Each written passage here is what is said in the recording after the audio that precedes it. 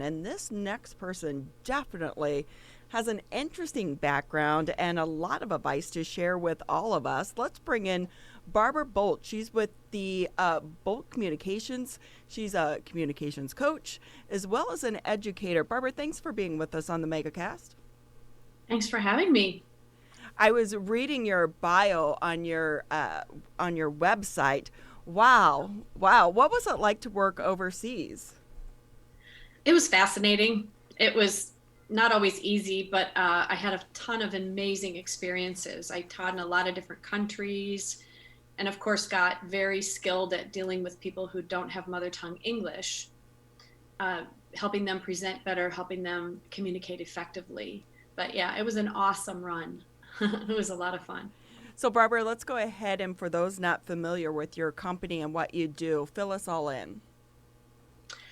I'm a communication skills coach. I specialize in the non-native speaker area, helping non-native speakers who are professionals give effective communications in English. But I'm also a pitch coach, and I developed this knowledge of pitching a couple of years ago, and really love teaching pitching, partially because pretty much everybody needs to do it. It's one of those things that if you've got to put yourself out there, having an effective pitch is vital. Do you think that's even more important now with social media? So you could take these skills not just in your business, but with whatever you're doing on social media, I would imagine. Sure, you can pitch anything. It's not just for business, it's for not for profits. Obviously, we think of entrepreneurs when we think of pitching, but anyone who has a cause or something that they want to enroll people in and get them involved in needs to have an effective pitch. And I approach pitching from a very communications point of view. So it's about how do we be good at this particular type of communication, and anyone can really benefit from that. Barbara Boldt with us on the Oakland County Mega Cast. She is a communication skills coach and educator. So, Barbara, if someone is listening to this for the first time, they have a presentation coming up. What advice do you offer them? Well, the first thing to do is figure out what your goal is in the presentation. What is it that you want to accomplish? But the second most important thing is your audience. You have to consider the people you're speaking to and what do you want them to do, but also how is your topic going to land with them? What do they already know about it? That determines where you start your presentation. But goal setting and considering the audience are the first two things you have to do to have an effective presentation. And what differences are there then, Barbara, if you're making that presentation in person or as many people are doing now in the virtual sense? Are there differences and nuances you need to be switching up and changing in order to make an effective pitch virtually versus in person? That's a really good question, and I'm glad you asked it. It's the big difference is people can't see all of you. So when you're presenting virtually, you're at somewhat of a disadvantage because you cannot use body language as effectively as you can when you're in person or on a stage. One of the things I advise is that people raise their hands up. If you want to gesture, you need to put them in the screen so that people can actually tell that you're using your hands. If you're gesturing down here, nobody really can see it. So that's one thing that's different. Another thing is, like today, I understand that people can't see me.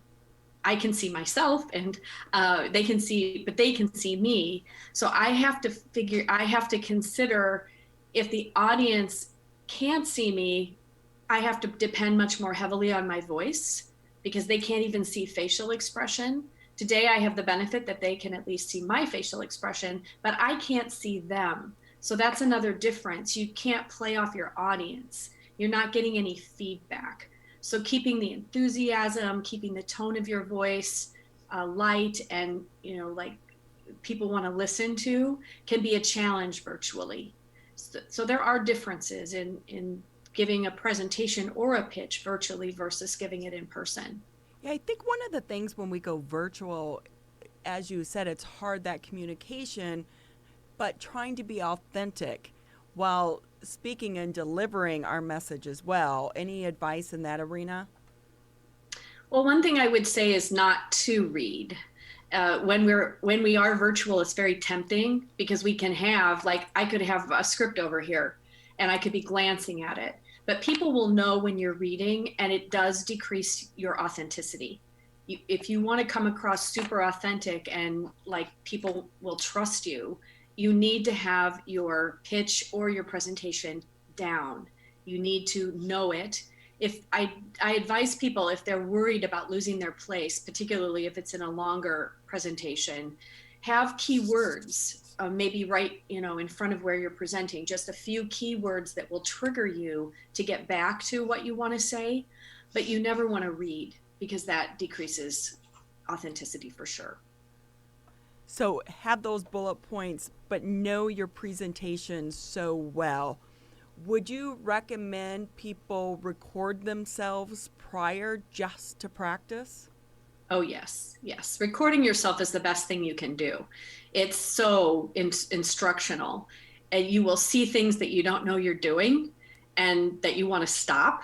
And I would advise people to do that pretty early. Like, don't do it the day before or an hour before you're presenting, because some of the things that you'll see that you want to correct will take you time to correct.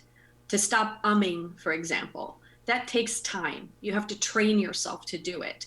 Or your eye contact, if you feel like you're not looking at the camera enough. So give yourself some time. I know people really resist seeing themselves on video, but I have to say, seeing myself on Zoom so much since the pandemic started, I've gotten pretty used to it. Barbara Boldt with us. She is a communication skills coach at Boldt Global, joining us today on the Oakland County MegaCast. So you talk a lot about how to best present yourself when you are giving these pitches and when you are having these communications in the virtual sense, but all of that comes after arguably the most important part of the process, which is developing an effective pitch. What are some steps that you recommend people take in developing whatever pitch they may be making or presentation they may be making, and especially virtually, to put their best foot forward in the early parts of the planning process? That's a super question, Tyler. The most important thing, particularly for pitching, is to be very, very clear about the problem that you solve. A mistake that a lot of people make when they pitch is that they only tell people about their solution.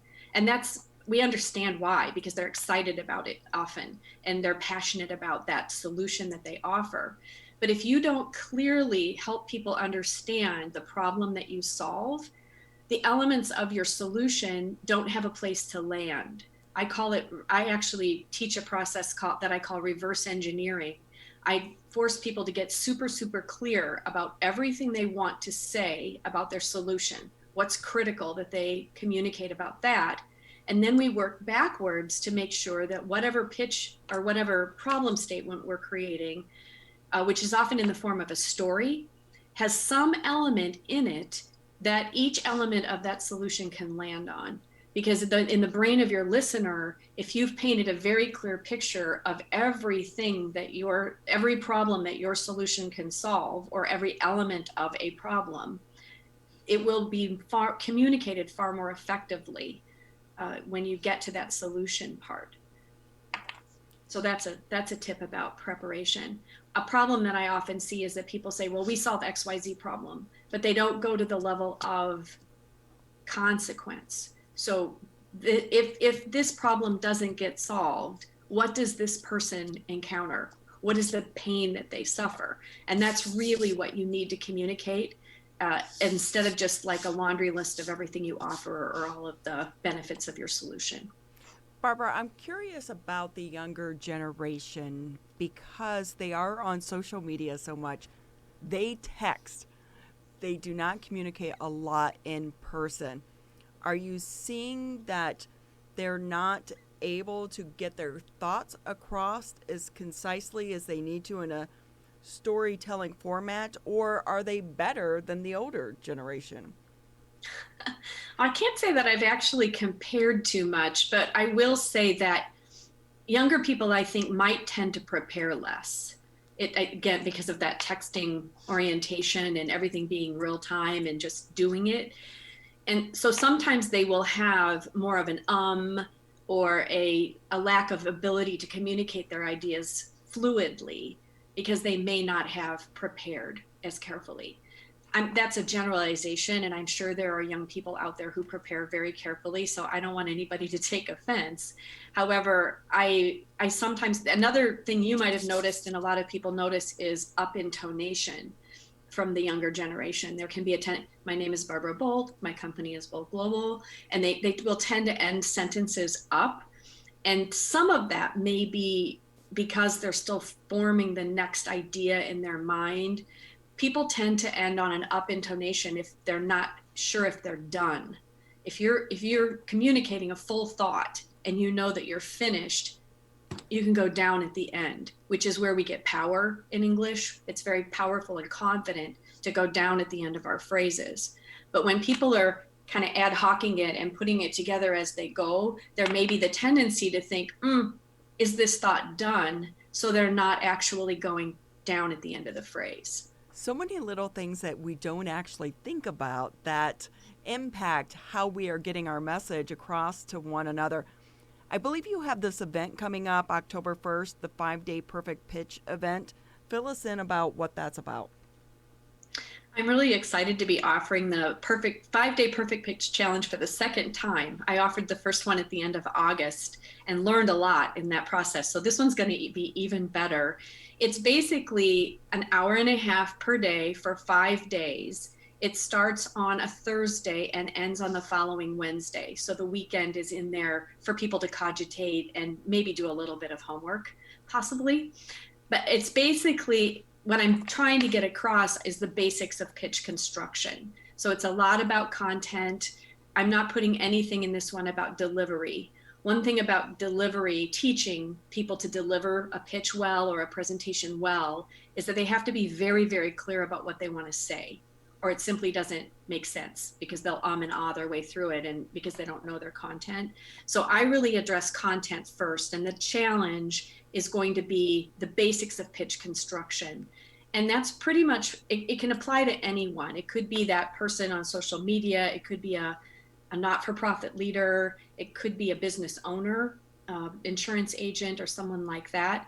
One thing I learned in the first challenge is that there's a huge issue with 1-minute pitches, because so many people attend these networking events where they just have a minute to give their pitch. So one full lesson, one full session of the challenge will be about 1-minute pitches.